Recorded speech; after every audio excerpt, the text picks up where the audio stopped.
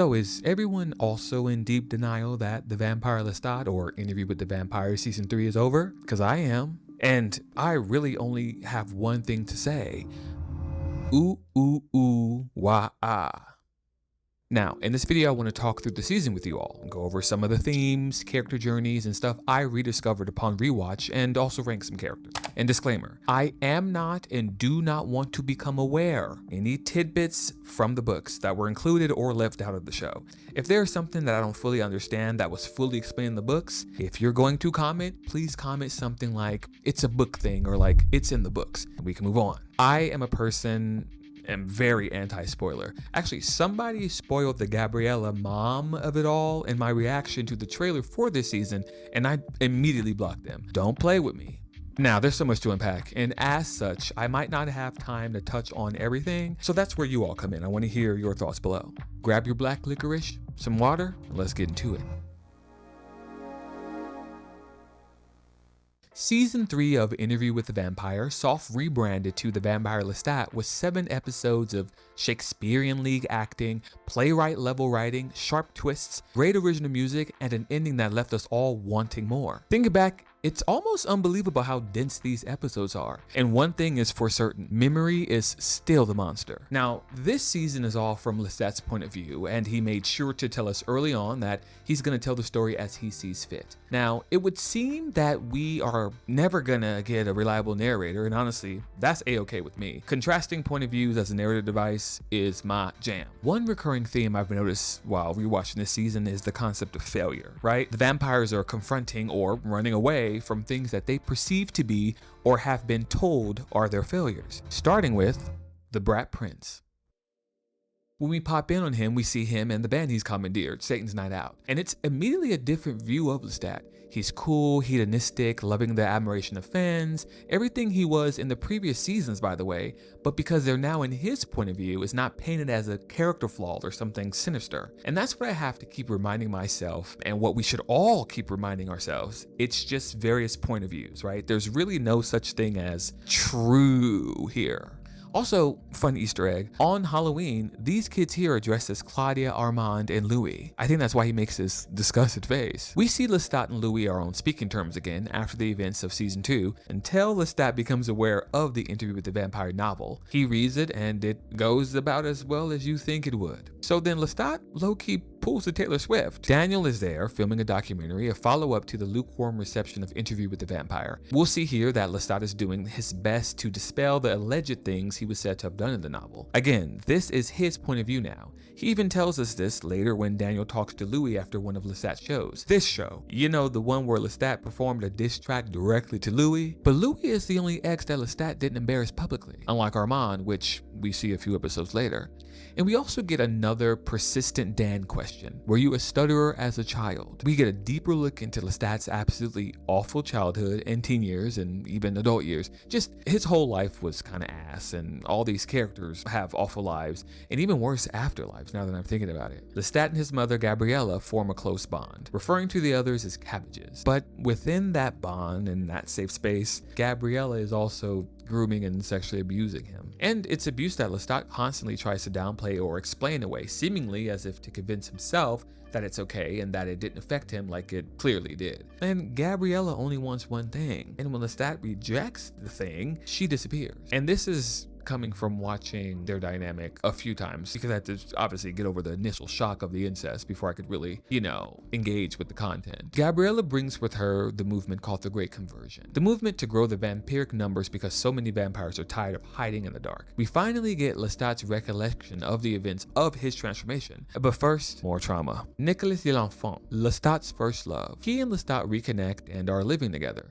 Lestat working in the theater, being adored by fans, and Magnus is obsessed with Lestat, snatching him from his house and abusing and torturing him before turning him. So the story he told Claudia in season 1 seems to line up with this recollection more or less, I found. Lestat, now a vampire, turns his dying mother his first fledgling. I think Gabriella is Lestat's transitional trauma. Then, after rescuing him from Armand's coven, Lestat turns his boyfriend. But shocker, vampirism doesn't agree with Nicholas, and Armand is the one to take him out. And The thing that I noticed is Lestat is shown to have been enamored by Nicolas the same way he was with Louis. The way that he's regarding these men are almost identical. And Lestat kind of like him crazy, huh? Then back in present times, when we thought it couldn't get any crazier, Lestat is gunned down by this 4chan looking motherfucker. Very John Lennon vibes. And then we pop back in time to meet the vampire mitochondrial Eve, Akasha. And here's where we get Keeper Lestat, a young man abandoned by his mother and fledglings, snatched from a grave after an 80-year nap. Here is where we see someone believe in him probably for the first time ever. Marius, Armand's maker, who is definitely not dead. Remember, various point of views. It's here where we see Lestat be reinvigorated by his love for music, and his existential dread is also growing at the same time. Later, after being told not to, Lestat gives Akasha a bit of blood, which makes her jump straight up. Lestat moves in and she snatches him up and they drink from each other. Hot. She's fully awake at this point, just ranting and raving. Marius comes back from, I assume, a Disney cruise and kicks Lestat out while also letting him know that that blood is gonna make him absolutely lose his mind. And yeah, that's what happens to him and all his fledglings moving forward. Intercut with the present, we see Lestat race to Louis' side to confirm if the girl he's been obsessed with is their daughter or a complete stranger. Spoiler, they don't know that lady. The band, minus Larry, who bailed, all still want in. But Lestat says hard pass on sharing his blood, so Gabriella does the honor. We then get an actual conversation with Lestat and Louis on the night of the big concert for the album. And another thing, a damn seance to say goodbye to Claudia. But a funny thing happened on the way to the seance. It's revealed to Louis after meeting her at Sophia that she's actually Gabriella, Lestat's mother. Lestat has a panic attack and Louis comforts him. And we see here that Lestat is being comforted by someone, actually comforted by someone who isn't using him or abusing him, at least currently. They go back to Lestat's for the seance, because for some reason they're still going through with it. Now Miss Voodoo Diva Merrick gets possessed by Claudia and we get just the atomic bomb of the century. Claudia hates them both so much, which makes total sense. Louis and Lestat move on from Claudia and start to dream about their lives together, and then they're absolutely beheaded. Let's talk about Lestat's fledgling tribunal. Now, seated at the same table he sat at for 30-some odd years of his human life is Lestat, his maker, and his fledglings. They're going over his failures, but then something interesting happens. Fighting against the tribunal's negative claims, Lestat asserts that although his life, human then vampire, was shitty thus far, it was a far better life than if he had stayed buried. And everything that has happened to him, good or bad, has ultimately made him the vampire he is today. Lestat moves past his transitional trauma, his failures. He finds self-acceptance, and calling Gabriella a monster when he woke up was just chef's kiss. He's still the same insecure, sweet, artistic boy, but he's doing more than just enduring. He's living. Woo!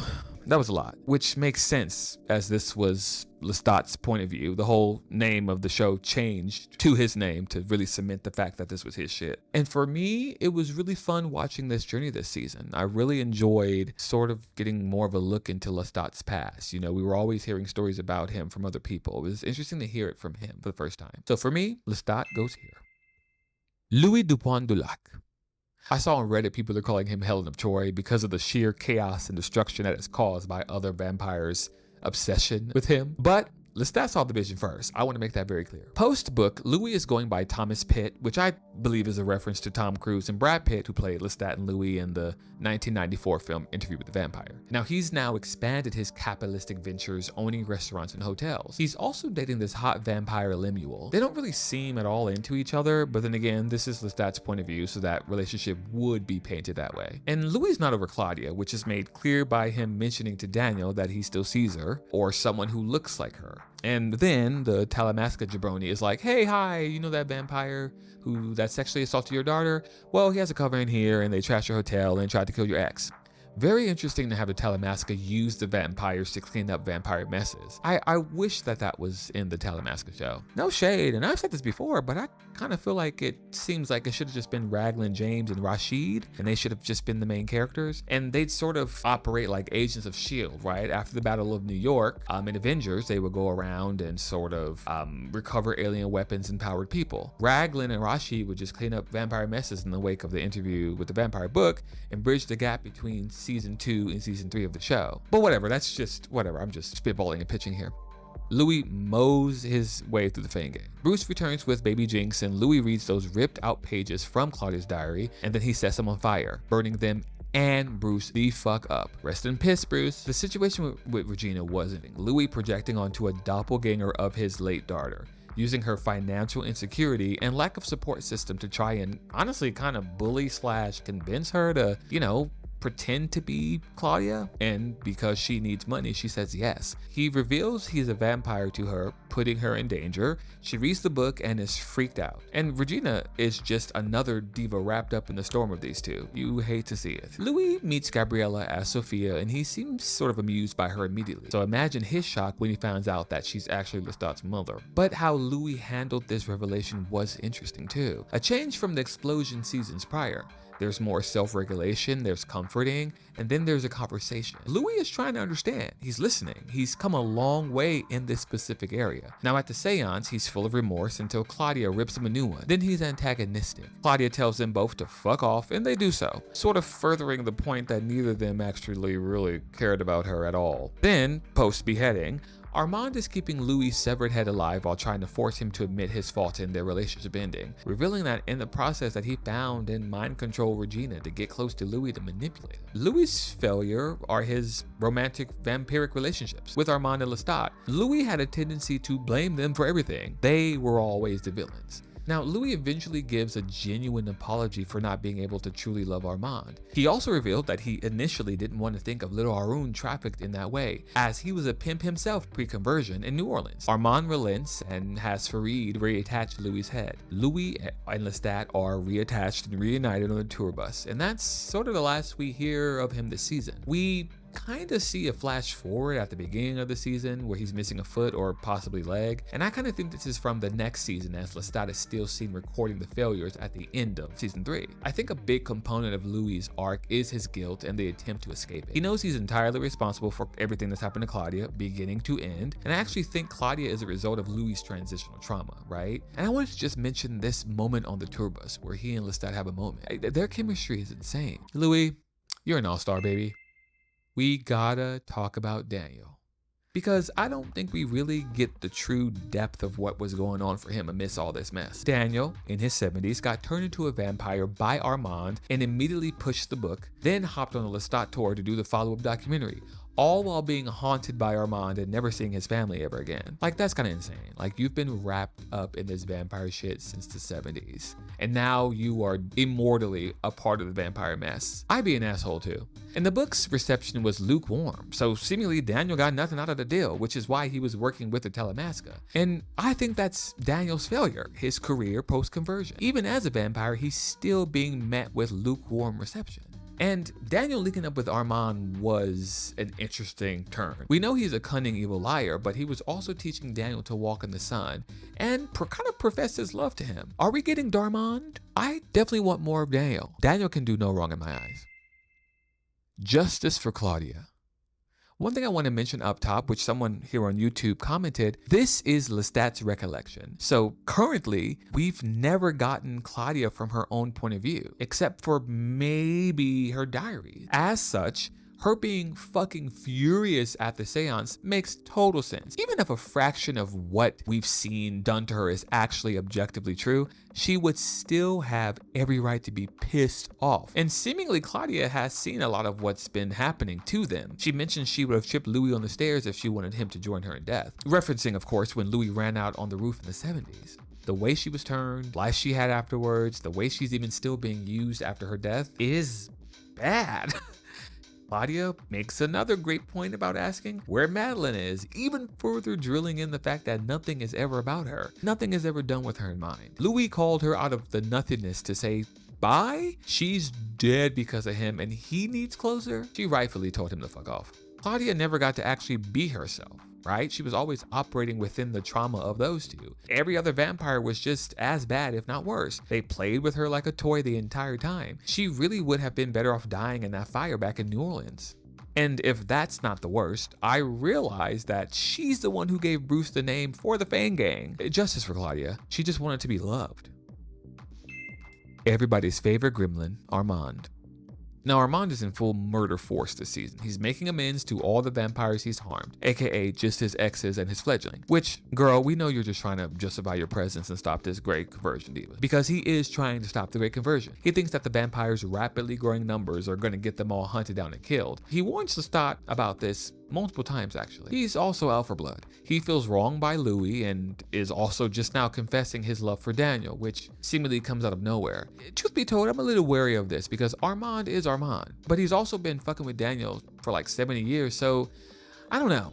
Louis' apology seemed to heal a little of Armand. He's still the broken little boy who was just disgustingly abused. He deserves love too. And no shade, if he hadn't forced Louis to own up to the shit that he did, do we think he would have ever? Because I'm thinking it's a hard maybe. Knowingly beheading both your exes as they're getting closer so you can separate them long enough to get an apology from one of them, who you'll essentially later carve your initials into, is insane. I do love Armand though. He does the insane version of everything for no reason. Get in there, little gremlin.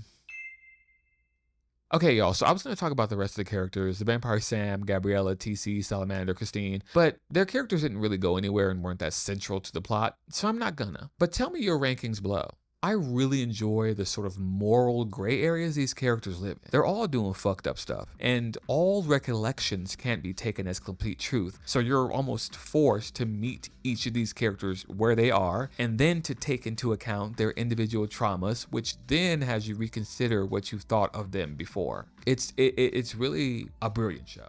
And I already have some questions about season 4. Number 1, who the hell is Amel? They mentioned that name a few times this season. Like, will this be a person in the next season in Akasha's story? Who the hell is that? Also, where the hell is everybody at? Where's Louis, Armand, Daniel, Gabriella, the band? We only see Lestat overlooking a destroyed Montreal. Where the hell is everybody at? And last, what is the Talamasca's plan? Let the conversion happen to make humans extinct, thus starving and killing all vampires? Is that it? Also, how will Akasha be involved in all this? There's just like, overall, just a goddamn solid season of TV as always. The one thing for me though, the finale. It thoughtfully wrapped up a few storylines set up seasons ago and offered us a different point of view, and amends were made, but tonally I think this was the weakest finale of the series thus far. Remember season 1 where Louis and Claudia conspired to murder Lestat and Rashid revealed himself to be the vampire Armand, the love of Louis' life? In season 2, where we had a back from being buried alive Louis hunting down and brutally murdering an entire coven who staged a trial where they would publicly kill his daughter, only to later find out your current man was gonna kill you until your ex that you tried to kill saved you. Girl, it was a gay little vampire telenovela. Just comparatively a little weak. And it was by no means a bad episode or season. I think it was more of a character-driven season, and character-driven episodes don't always work as finales. And it leads me to think that maybe this was on purpose. Like maybe the finale was sort of wrapping up the interview saga and starting the Queen of the Damned saga, which is what I assume season 4 is going to cover. Now, none of this changes anything for me, by the way. I'm still locked the fuck in. Don't get it twisted. That was just my opinion on the finale. Oh, and one last thing. Here are my top 5 favorite The Vampire Lestat songs. Number 5, When I Call Out Your Name. Number 4, Why Do I Have to Feel?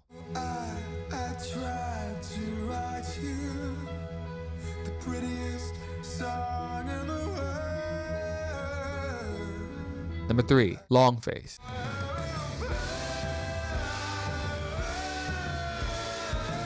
Number 2, Black Licorice.